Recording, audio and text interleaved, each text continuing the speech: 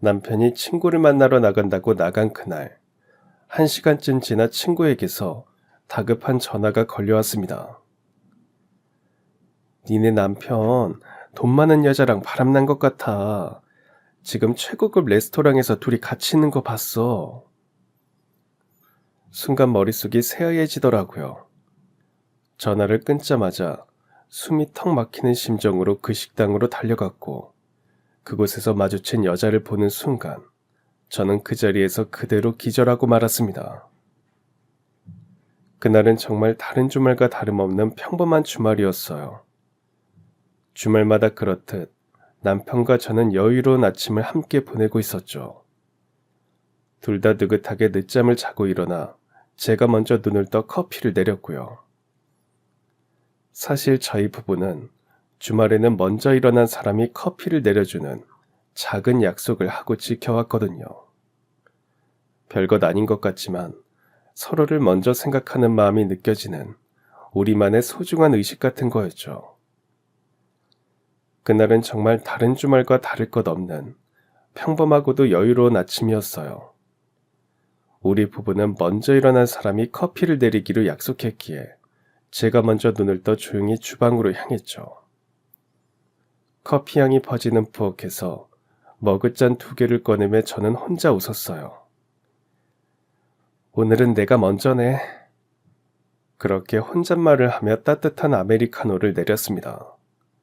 커피 2잔을 들고 거실로 나오니 남편은 아직 이불 속에서 뒤척이고 있더라고요. 여보, 커피. 제가 말을 건네자 남편은 눈을 비비며 고개를 들더니 웃더군요. 남편의 웃는 얼굴은 언제 보아도 마음이 놓였습니다. 어릴 적 제 마음에 난 상처까지 사라지는 것 같았죠. 아휴, 역시 오늘도 졌네. 근데 이거 너무 좋은데?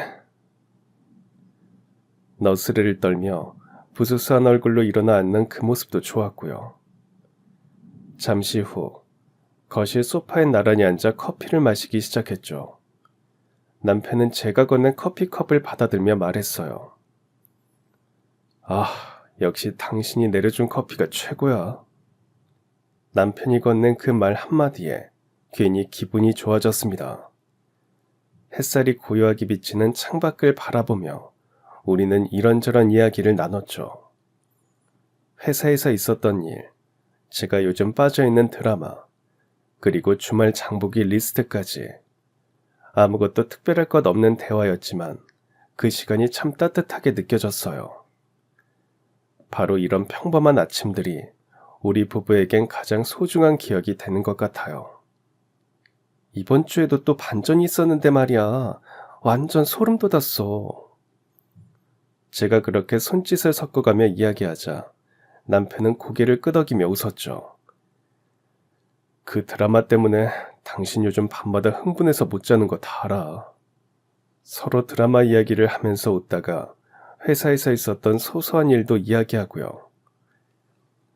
어제 팀장님이 말이야, 커피 마시다가 서류에 다 쏟아서 완전 난리였어.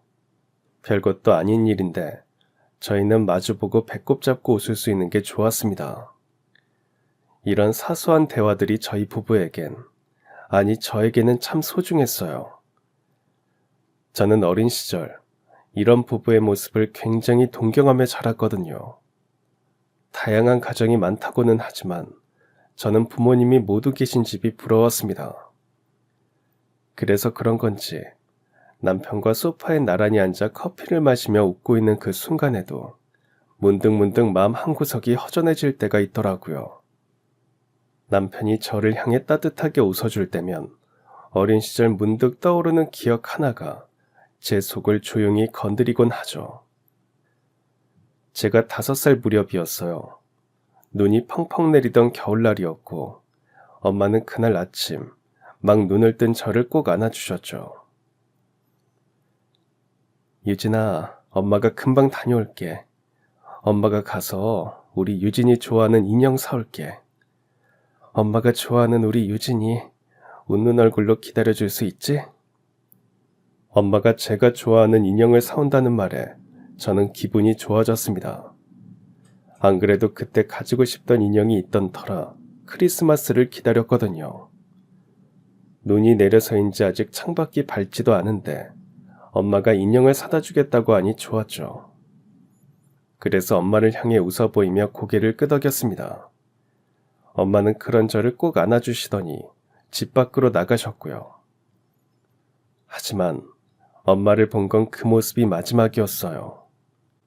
제가 가지고 싶던 인형을 사가지고 금방 돌아온다는 말은 거짓말이 되었고, 그날 이후 엄마는 다시 돌아오지 않았거든요. 처음엔 장난인 줄 알았어요.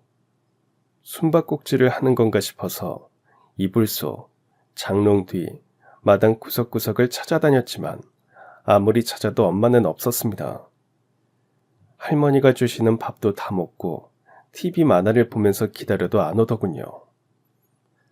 해가 저물고 밤이 깊어가도 엄마는 돌아오지 않았어요. 아빠가 현관문을 열고 들어오는 모습을 보고 그제야 저는 울기 시작했죠. 세상이 무너지는 것 같았거든요.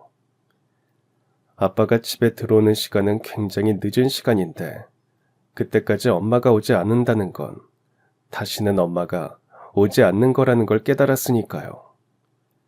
큰 소리로 주저앉아 우는 저에게 할머니는 말씀하시더라고요. 엄마는 잠깐 멀리 간 거야. 금방 올 거야. 아휴, 혹여 안 오면 어떠냐. 아빠는 말이 없었습니다. 오히려 더 늦게 들어오고 자주 술에 취해 있었죠. 며칠, 몇 주, 몇 달이 지났는데도 엄마는 오지 않았어요. 그 사이 저는 유치원에서 초등학교에 들어갔고 제가 용기를 내어 엄마 이야기를 꺼내면 어른들은 조용히 눈을 돌렸어요. 그러던 어느 날이었어요. 아빠가 거실에서 어떤 서류를 정리하다 말고 바닥에 흘린 종이 한 장이 눈에 띄더군요. 그걸 줍다가 보고 말았습니다. 이혼 합의서. 선명하게 적힌 이름 속에 엄마와 아빠의 이름이 있더라고요. 협의 이혼, 자녀는 아버지 양육. 모른 척 서류를 다시 올려두었지만 그날 저는 혼자 울었어요. 그동안의 모든 말들이 거짓말이었단 걸 알았으니까요. 인형을 사러 간 것도 금방 다녀온다는 말도 다 거짓말이었죠. 사실은 어른들끼리 다 정해놓고 저한테만 아무 말도 하지 않았던 거고요. 엄마는 나를 사랑했을까? 왜 거짓말을 하고 떠났을까? 왜 마지막 인사조차 그렇게 거짓으로 남겨야 했을까? 아이였던 저는 한참 동안 혼자만 진실을 몰랐던 시간들을 분해하며 울었습니다. 그 후로도 겨울이 오고 첫눈이 내리는 날이면 그날 아침 엄마 품에서 맡았던 냄새가 떠오르더라고요. 그리고 그 따뜻함이 왜 그렇게 갑자기 차가운 빈자리로 바뀌었는지를 다시 한번 생각하면서 쓰린 속을 달래야 했죠. 엄마가 집에서 사라진 후로 저에게 따뜻한 집은 없었거든요. 아빠는 늘 무뚝뚝한 사람이었지만 엄마가 집을 나간 이후 더 말이 없어졌어요. 제가 그렇게 큰 소리로 엉엉 우는데도 안아주지도 다독여주지도 않더라고요. 그저 라디오 소리만 크게 틀어놓은 채 고개를 돌리고 있었죠. 그날 이후로 저는 무언가가 달라졌다는 걸 알게 되었어요. 집안은 늘 조용했고 밥상에 반찬이 몇 가지 올라오는지 집안 구석에 먼지가 쌓였는지도 이제는 아무도 신경 쓰지 않더라고요. 집안의 분위기는 무거운 겨울 공기처럼 무심히 가라앉아 있었죠. 하지만 가장 달라진 건 아빠였어요. 엄마가 떠나기 전에도 말수가 적긴 했지만 그땐 적어도 주말이면 함께 만화를 봐주기도 하고 가끔은 제 머리를 쓰다듬어 주기도 했거든요. 그런데 엄마가 떠난 후 아빠는 점점 제가 알던 사람이 아닌 것 같아지더라고요.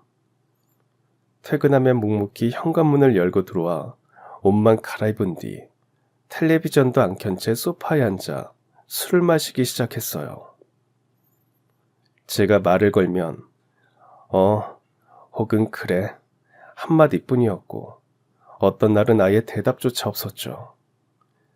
책가방을 들고 아빠 다녀왔어요 인사해도 그는 고개도 들지 않았습니다. 그저 담배를 피우거나 빈 맥주캔을 손끝으로 굴리는 소리만이 대답처럼 돌아왔어요. 어느 겨울밤이었어요. 바깥엔 눈이 소복히 쌓였고 방 안은 이불 속까지 시린 공기가 맴돌았죠.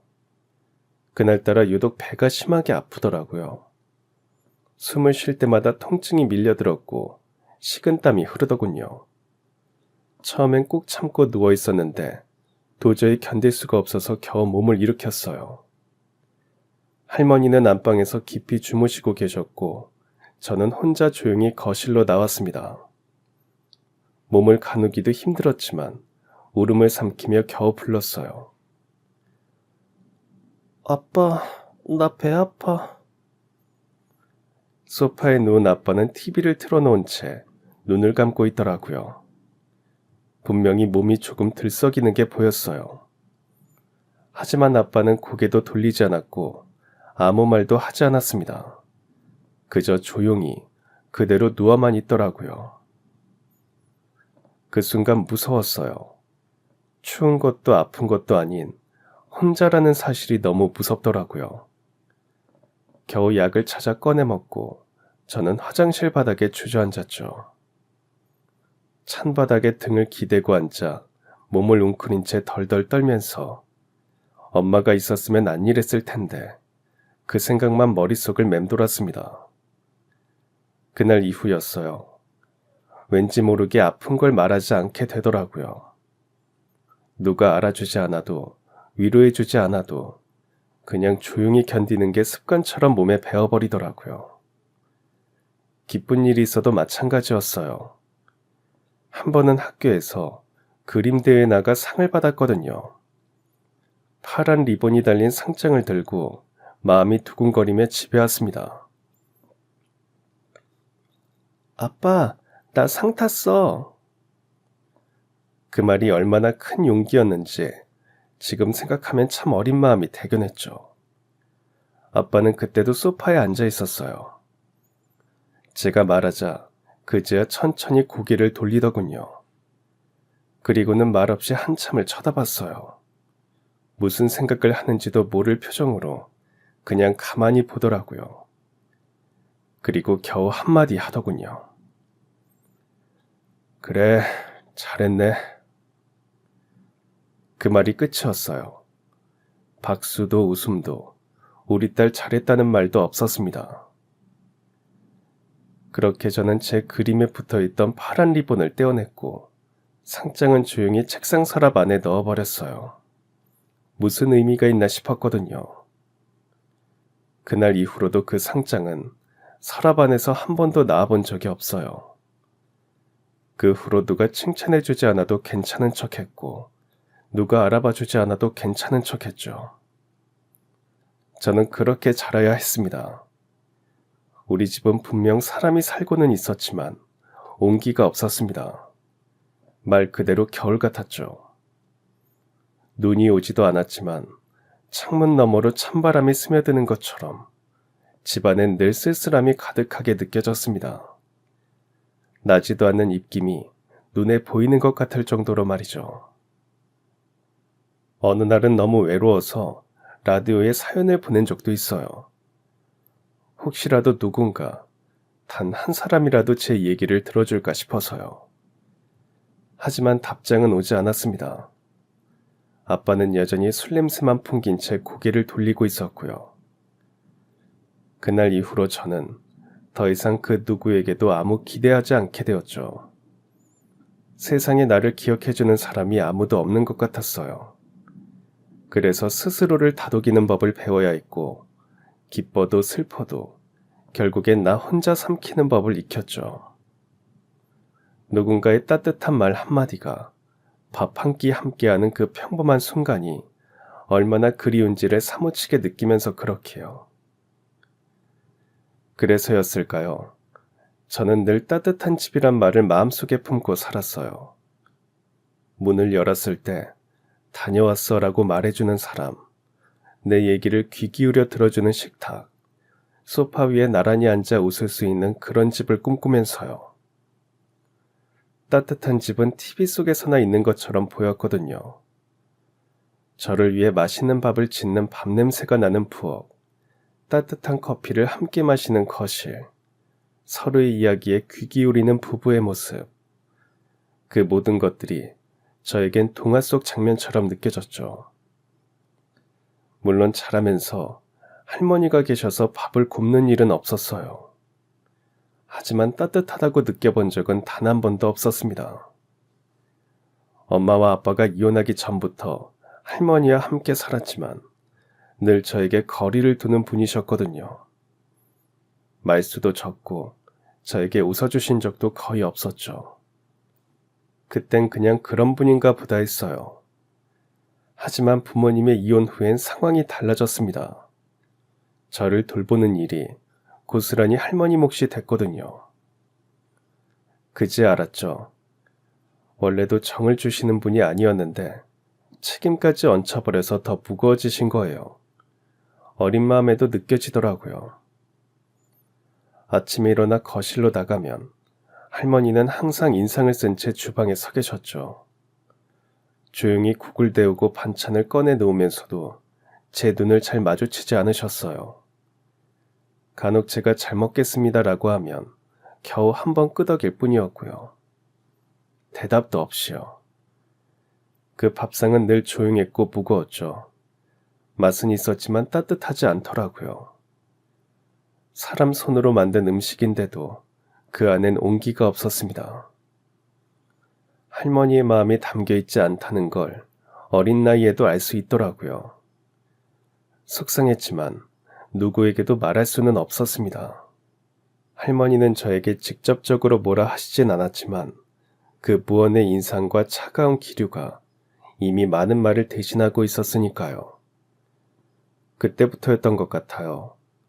누군가의 얼굴을 보면서 눈치를 보고 말보다 분위기를 먼저 읽게 된 게 말이죠. 집이라는 공간이 쉬어가는 곳이 아니라 조심해야 하는 곳처럼 느껴졌거든요.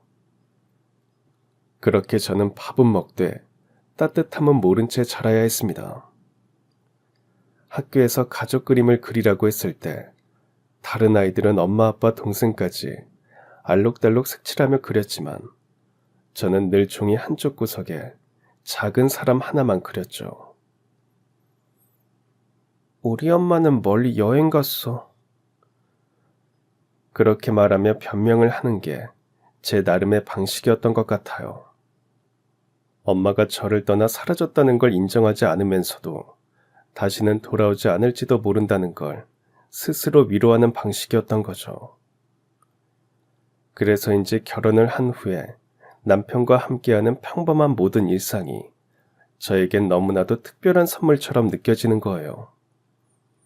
누군가를 믿고 그 사람과 함께 매일을 살아간다는 것이 꿈만 같았죠.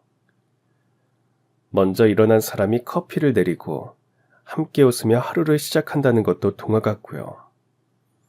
그 모든 것들이 어린 시절 제 마음에 나 있던 큰 빈자리를 조금씩 채워주었어요. 여보, 오늘 커피는 내가 져서 내렸지만 내일은 내가 이길지도 몰라. 근데 당신이 내려주는 커피가 더 맛있긴 해. 그런 대화를 나누며 저는 커피잔을 가만히 들고 다시 한번 속으로 생각했죠. 지금 나 참 괜찮게 잘 살고 있어. 그러면서 이 행복한 가정을 언제까지나 잘 유지하고 싶었어요. 비록 저는 그런 화목한 가정에서 자라지 못했지만 앞으로 태어날 아이에게는 화목한 가정에서 자라게 하고 싶은 욕심이 있었으니까요. 그렇게 우리가 조금씩 하루하루를 쌓아가는 모습이 자랑스러웠습니다. 남편은 늘 제게 말했어요. 당신은 참 따뜻한 사람이야. 내가 요즘 웃을 일이 많은 것도 다 당신 덕분이야. 남편에게 그 말을 들을 때마다 가슴 깊은 곳이 따끔할 때도 많았죠. 어릴 적엔 누군가 제게 따뜻하다고 말해준 기억이 없었거든요. 하지만 남편은 자꾸만 그런 말을 해줬고 그럴 때마다 저는 내심 다짐했어요. 그래, 우리 집은 꼭 따뜻한 집이어야 해. 추운 마음이 다시 스며들지 않게 내가 먼저 온기를 품고 있어야 해. 그래서 퇴근하고 돌아온 남편에게 수고했어요라며 안아주는 일도, 비 오는 날엔 좋아하는 국을 끓여두는 일도 그저 사랑해서 하는 행동이면서 동시에 제가 오래도록 바라던 집의 모습을 스스로 실현해 나가는 일이기도 했습니다. 남편이 소파에 앉아 졸고 있을 때 조용히 담요를 덮어주는 것도, 어릴 적 아무도 저에게 해주지 않던 그 다정함을 이젠 제가 직접 누군가에게 주고 싶어서였고요. 가끔은 남편이 무심히 내뱉는 말에도 가슴이 찌릿할 때가 있어요. 우리 집 냄새 너무 좋다. 문 열자마자 밥 냄새 나는 게 참 좋네. 그 한마디에 눈물이 고이는 거예요. 어릴 땐 냄새에도 온기가 있다는 걸 몰랐거든요. 남편과 결혼을 한 후로는 알겠더라고요. 밥 짓는 냄새, 커피 끓는 냄새, 서로를 기다리는 마음에서 나는 냄새라는 것을요. 그게 집의 온도이고 우리 가족의 색이더라고요. 그리고 그렇게 차곡차곡 쌓인 하루들이 아이를 맞이할 준비가 되어가는 시간으로 이어졌습니다. 뱃속에서 자라는 아이를 느낄 때마다 저는 다짐했어요. 넌 절대 외롭지 않게 키울게. 네가 어떤 모습이어도 있는 그대로 사랑해줄게. 아이에게도 말해주고 싶어요. 우리 집은 따뜻한 집이란다. 너의 얘기에 귀 기울여 듣는 엄마와 항상 너를 응원하는 아빠가 있는 집이야. 네가 언제든 돌아오고 싶은 그런 집으로 우리가 지켜줄게. 그렇게 자신 있게 말할 수 있을 정도로 남편을 만난 이후 저는 더 이상 혼자가 아니라는 게 좋았습니다. 빈자리를 감추기 위해 애쓰지 않아도 되고 마지못해 웃는 척하지 않아도 되니까요. 이제는 정말로 웃고 살 수 있다는 것에 감사했습니다. 따뜻한 말 한마디를 건넬 수 있고 그 말이 다시 저에게 돌아오는 삶을 살고 있었으니까요. 어릴 적 그리워했던 따뜻한 집을 제가 스스로 만들어가고 있다고 믿었죠. 아직도 제 가슴 속 추운 기억은 여전히 제 어딘가에 남아있지만 이제 그 위에 따뜻한 날들을 덧입히고 있다고도 생각했고요. 그것만으로도 지금 제 인생은 충분히 괜찮다고 생각하면서요. 저는 그런 마음으로 커피잔을 들며 다시 한번 스스로에게 말해보곤 했습니다. 지금 나 참 괜찮게 잘 살고 있어. 그런 생각을 하고 있는데 남편이 제 어깨에 살며시 손을 얹더니 조용히 말하더라고요. 유진아, 이런 시간 참 좋다. 그 순간 제 심장도 따뜻하게 데워지는 느낌이었죠. 서로 아무 말 없이 한참을 그렇게 기대어 앉아있으니 잠이 다시 오는 것 같았습니다. 그 평화로운 주말 아침이 그렇게 끝났다면 얼마나 좋았을까요? 이번 주말에 당신이랑 더 오래 있고 싶은데 나가봐야 해. 친구들 모임이 있어서. 다음 주말엔 우리 꼭 데이트하자. 남편의 말에 저는 웃으며 고개를 끄덕였어요. 그래, 다녀와. 오랜만이면 반갑고 좋지. 아기 태어나면 당신도 한동안 친구 만나기 힘든 거 알지? 어리광을 부리듯 웃으며 남편에게 말을 하고는 나갈 채비를 하는 남편을 바라보았죠.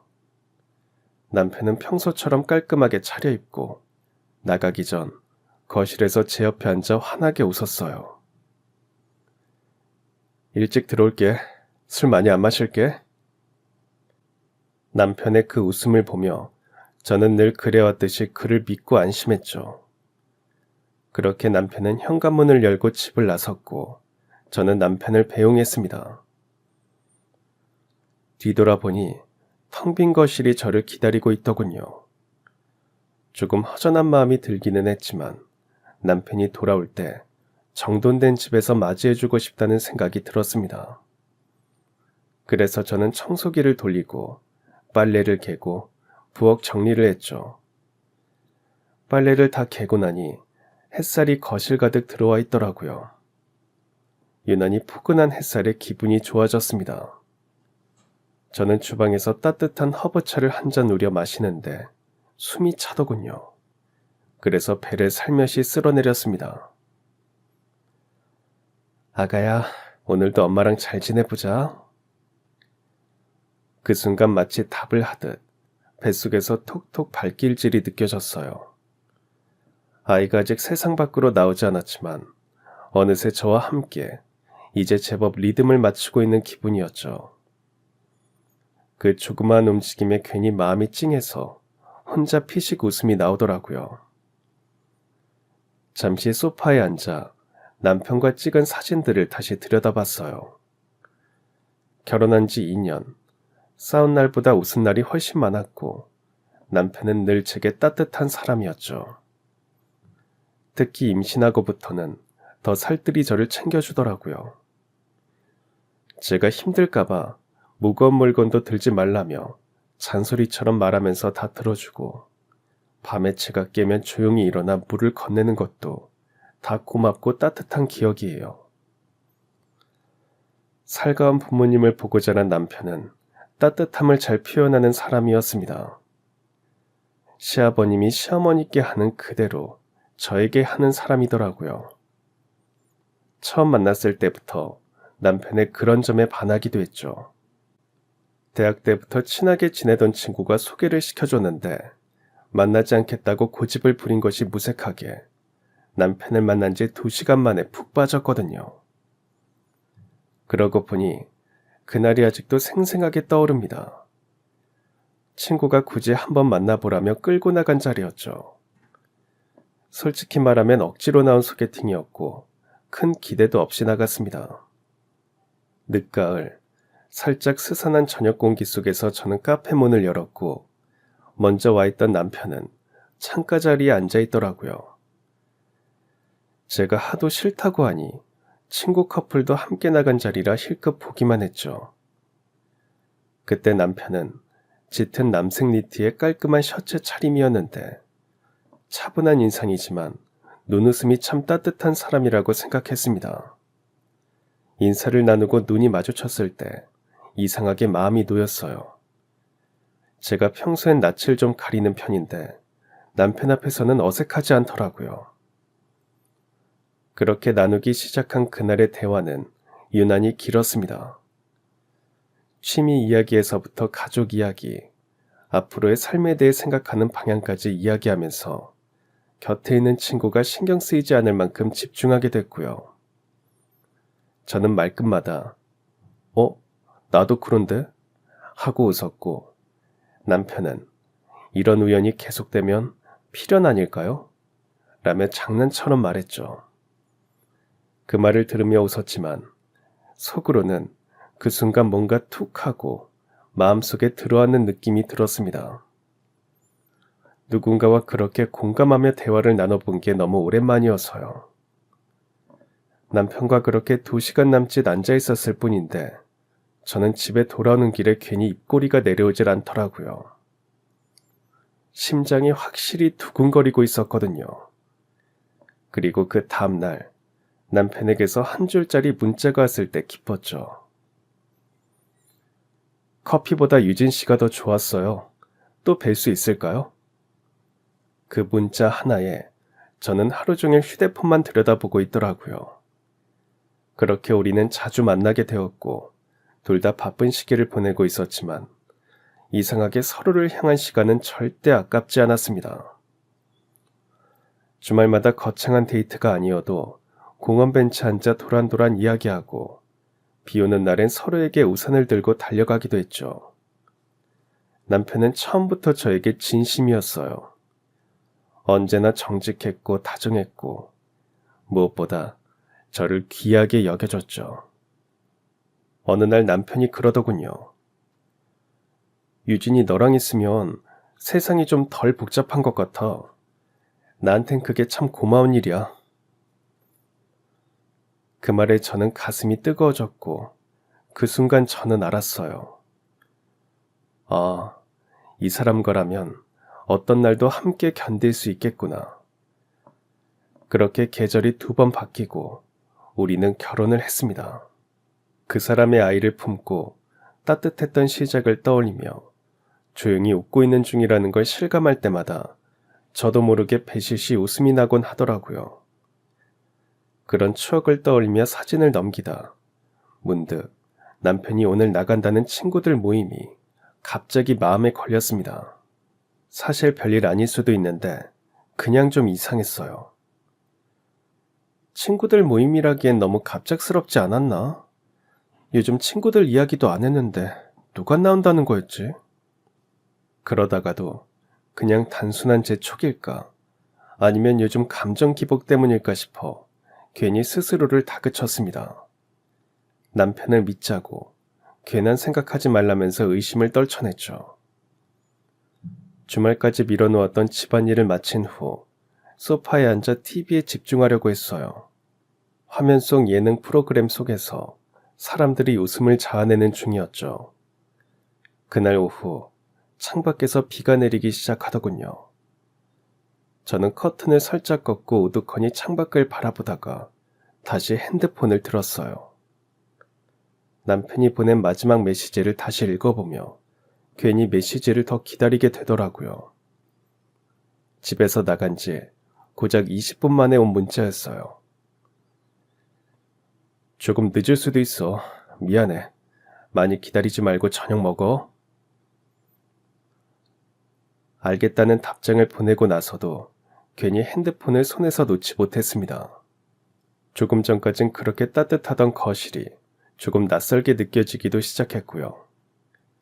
남편이 집을 나선 지 1시간 정도 되었을 그때 휴대전화가 울렸습니다. 휴대전화 화면에는 친구 수진이 이름이 보이더군요. 남편과 저를 소개해준 고마운 친구였고 언제든지 마음을 터놓는 친구라 반가웠죠. 그런데 휴대전화 너머로 들리는 수진이의 목소리가 평소와 달랐어요. 뭔가 망설이는 듯 하다가 충격적인 말을 내뱉더라고요.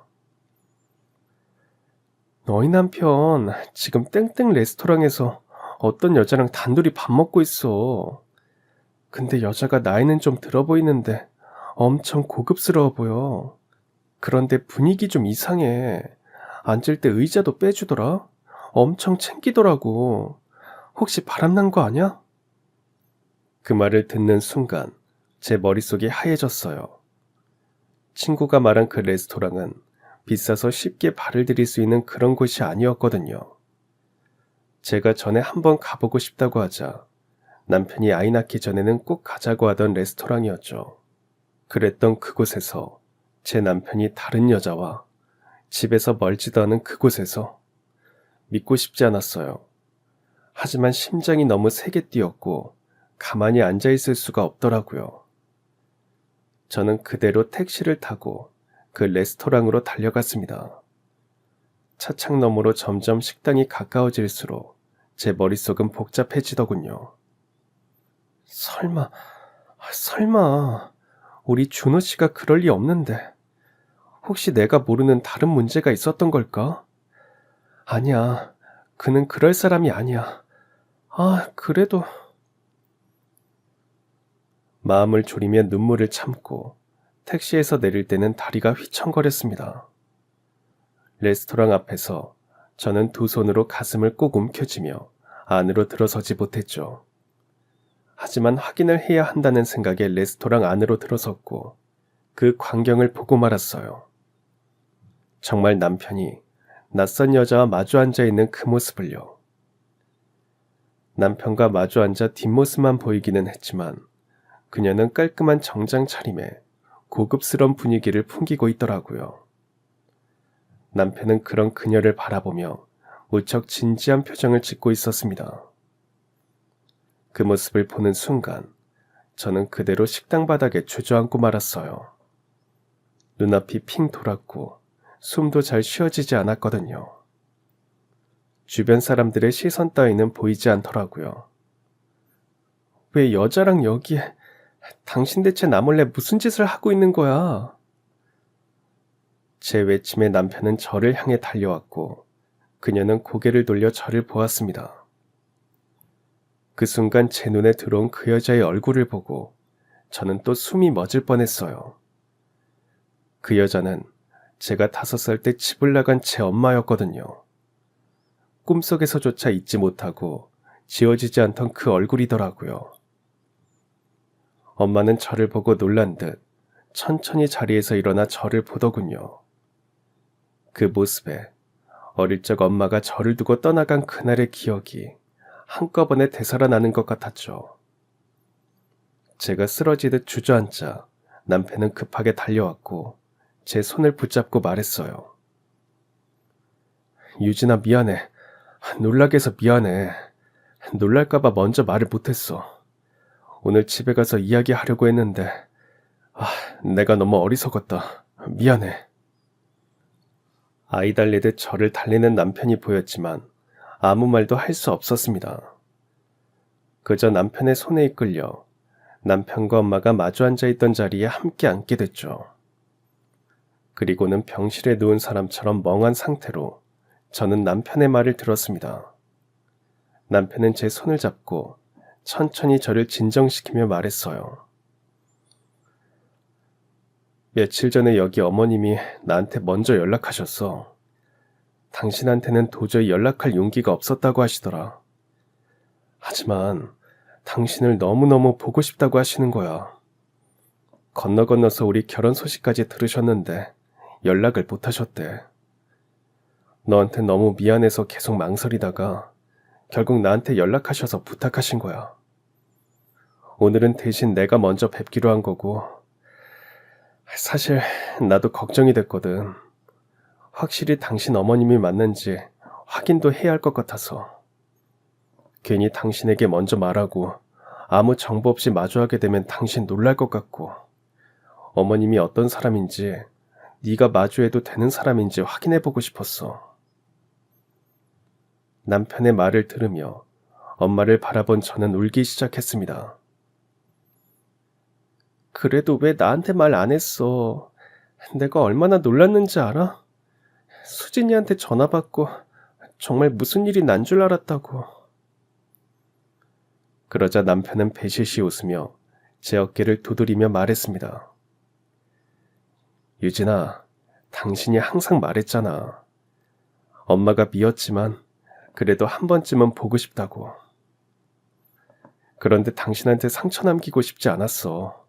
뱃속의 아이도 걱정이 되고. 그래서 이렇게 하는 게 당신한테 가장 좋은 방식이라고 생각했어.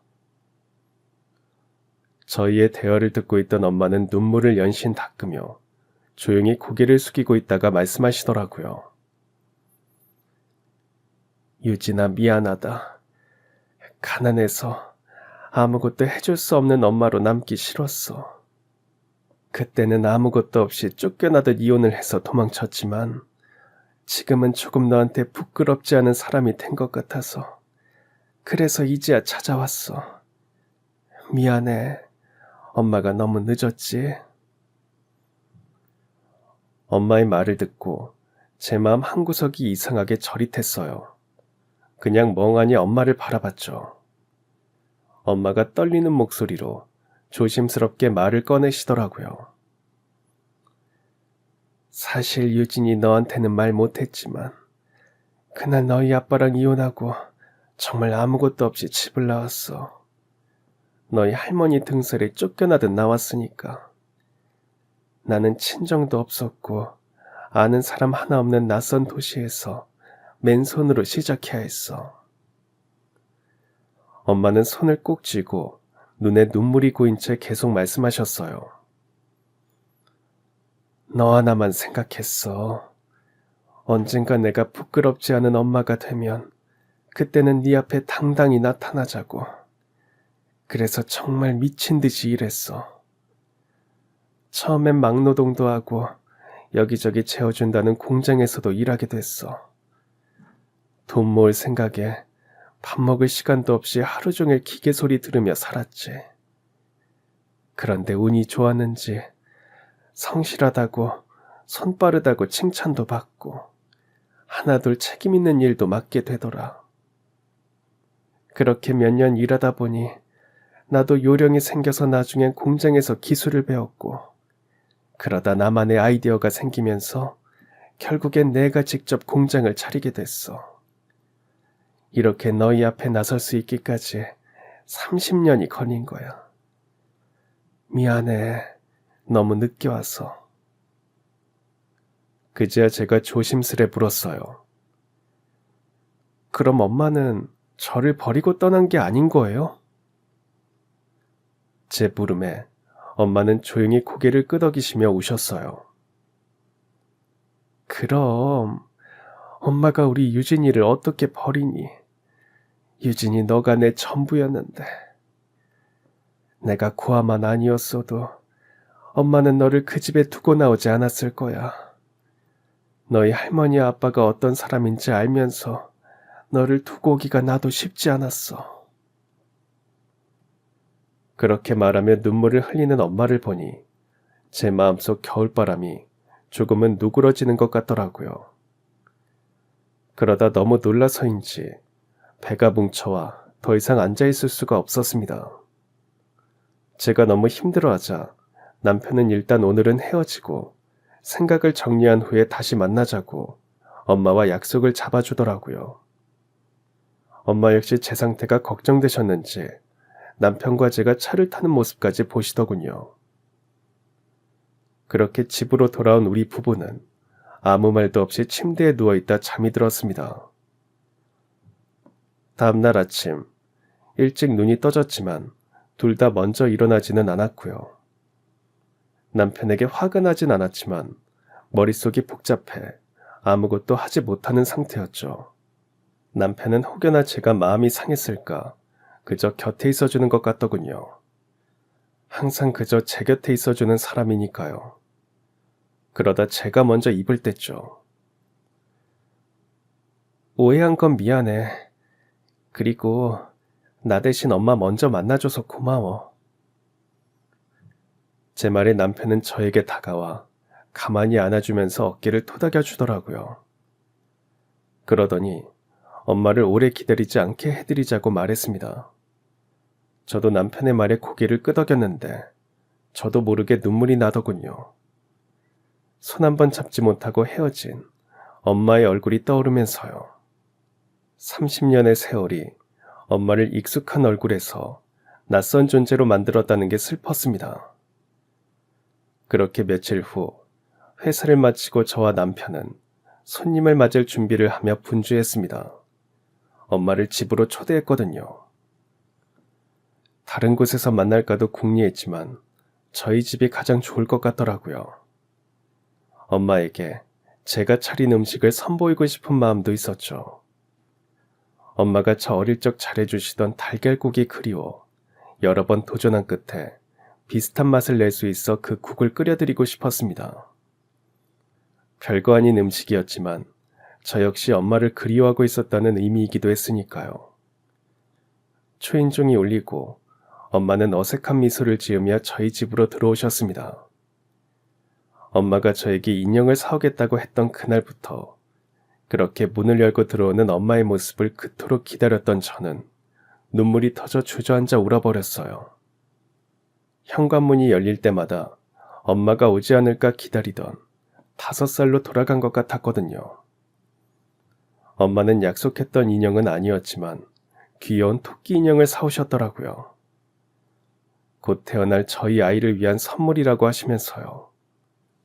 저희 집 식탁에 마주 앉아 식사를 하면서 별말도 없었는데 엄마와 저는 울었다 웃었다를 반복하며 식사를 했습니다. 겨우 식사를 마치고 남편이 후식을 준비하는 동안에도 별말이 없었죠. 그러다 제가 엄마께 여쭈어 봤어요. 엄마, 그러면 이제 사장님이신 거예요? 엄마는 저를 보고 환하게 웃으시면서 고개를 끄덕이시더라고요. 지금은 작은 의류 공장 운영하고 있어. 사람도 몇 명 두고 거래처도 많아. 불안하지 않을 만큼 자리를 잡았어. 그래서 이제는 너를 만나도 되지 않을까 했어. 유진이 너한테 부족한 엄마로 나타나고 싶지 않았거든. 그런데 시간이 지날수록 너한테 더 미안해서 나타나기가 힘들어지더라. 나를 원망하지는 않을까, 미워하고 있지 않을까 싶어서. 그러다 더 늦으면 정말 못 만날 수도 있겠다 싶더라고. 엄마의 말을 듣는데 제 안에 묵혀있던 감정들이 와르르 무너졌어요. 그동안 엄마가 나를 버렸다고 그날 이후로 계속 미워하기만 했거든요. 아빠와 할머니가 저를 챙기지 않고 냉정하게 대할 때도 엄마를 원망했죠. 엄마가 나를 버리고 갔기 때문에 아빠와 할머니가 저를 미워하는 거라고 생각했어요. 그런 제 마음을 마치 들은 것처럼 엄마는 조용히 말씀하셨어요. 유진아, 엄마 미워해도 돼. 나는 네가 미워한다고 해도 할 말이 없어. 하지만 유진이가 엄마의 나를 떠올릴 때마다 슬프지 않았으면 좋겠어. 네가 버림받았다는 생각은 하지 않았으면 좋겠고, 진짜 널 버린 게 아니야. 다시 널 볼 수 있을 때까지 정말 하루하루 악착같이 살았다는 것만 알아줘. 이제 와서 이런 이야기가 아무 소용없을 수도 있겠지만 그때 엄마는 진짜 힘들었어.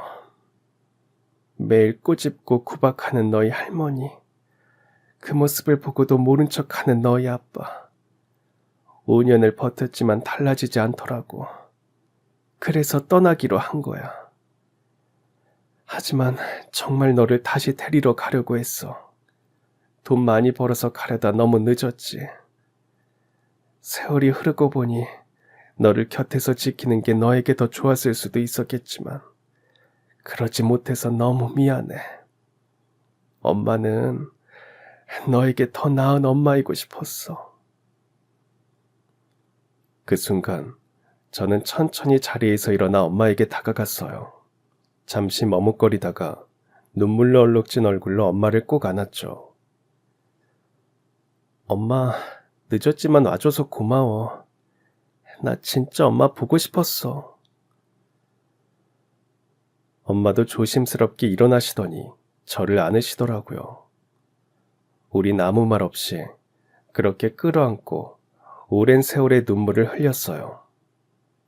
남편은 그런 우리를 조용히 바라보다가 살짝 미소 지으며 바라보더군요. 비록 시간이 많이 흘렀고 이제야 용기를 냈다는 말에 저는 많이 울었어요. 그리고 그렇게 생각했어요. 그래, 엄마가 미웠지만 그래도 그리웠다. 그러면서 제 인생의 빈칸 같았던 한 조각이 조금씩 메어지는 것 같더라고요. 엄마는 저를 안고 고맙다며 눈물을 멈추지 못하셨지만 저는 엄마가 고마웠습니다. 30년이라는 긴 시간이 지났어도 저를 찾아주었다는 게 좋아서요. 엄마와 다시 만나기로 하고 헤어진 그날 밤 남편에게 말했어요. 만약에 엄마가 지금처럼 부자가 아니었으면 어쩌려고 했어? 우리가 엄마를 도와줘야 하는 상황이었으면 어떻게 했을 것 같아? 그러자 남편은 웃으며 말하더라고요. 장모님이 아무리 부자가 아니고 가난하셨어도 나는 만남을 도왔을 거야. 내가 미리 어머님을 만나 뵌 건 어머님이 혹시나 당신에게 상처 줄까봐 그런 거지. 안 그래도 당신 잘하면서 아버님이랑 할머님께 상처 많이 받아서 힘들었는데 엄마까지 당신을 힘들게 하는 거 보고 싶지 않았어. 그건 돈이 많아도 마찬가지지. 돈이 없다고 힘들게 하는 게 아니라 마음 씀씀이가 힘들게 하는 거니까. 남편의 말에 저도 모르게 고개를 끄덕이게 되더라고요. 그리고 지금 저는 그 후로 엄마와 꾸준히 연락하며 천천히 관계를 회복하고 있어요. 시간은 오래 걸렸지만 그만큼 단단한 마음이 있었기에 용서가 가능했던 것 같아요. 사실 남편이 곁에 없었다면 제가 엄마를 믿고 용서했을지 모르겠어요. 남편이 제 곁에서 진실된 마음과 사랑을 보여준 덕에 엄마의 말이 실감이 났던 것 같거든요. 제 옆에 늘 묵묵히 함께해준 남편 덕분에 저는 다시 딸이 될 수 있었던 거죠. 가족은 단순히 피로 연결된 존재가 아니라 용기와 사랑으로 이어지는 것이라는 걸 저는 그날 알게 되었으니까요. 저희 남편처럼 누군가의 아픔을 조용히 품고 안아줄 줄 아는 사람이 세상에 꼭 있어야 할 진짜 가족이 아닐까 하는 생각이 들더라고요. 그리고 누군가를 미워하는 것보다 누군가를 사랑하고 마음으로 품는 것이 더 쉽고 행복하다는 것을 알게 됐죠. 진작 할머니 아빠도 그렇게 용서하고 품었다면 조금은 제 마음이 덜 춥지 않았을까 하는 생각도 듭니다. 엄마를 다시 만나고 나서야 깨닫게 되어 아쉽더라고요. 그래서 더 이상 후회를 하지 않으려고 합니다. 엄마와 태어난 저희 딸과 잘 지내보려고 해요. 그날 이후로 저는 자주 생각해요. 엄마가 떠났던 날의 제 눈빛과 다시 돌아와 저를 안아주던 그날의 엄마 눈빛을요. 삶은 우리가 미처 준비하지 못한 이별과 예상치 못한 만남으로 채워지곤 하지만 그 모든 순간 속에도 사랑은 여전히 숨쉬고 있더라고요.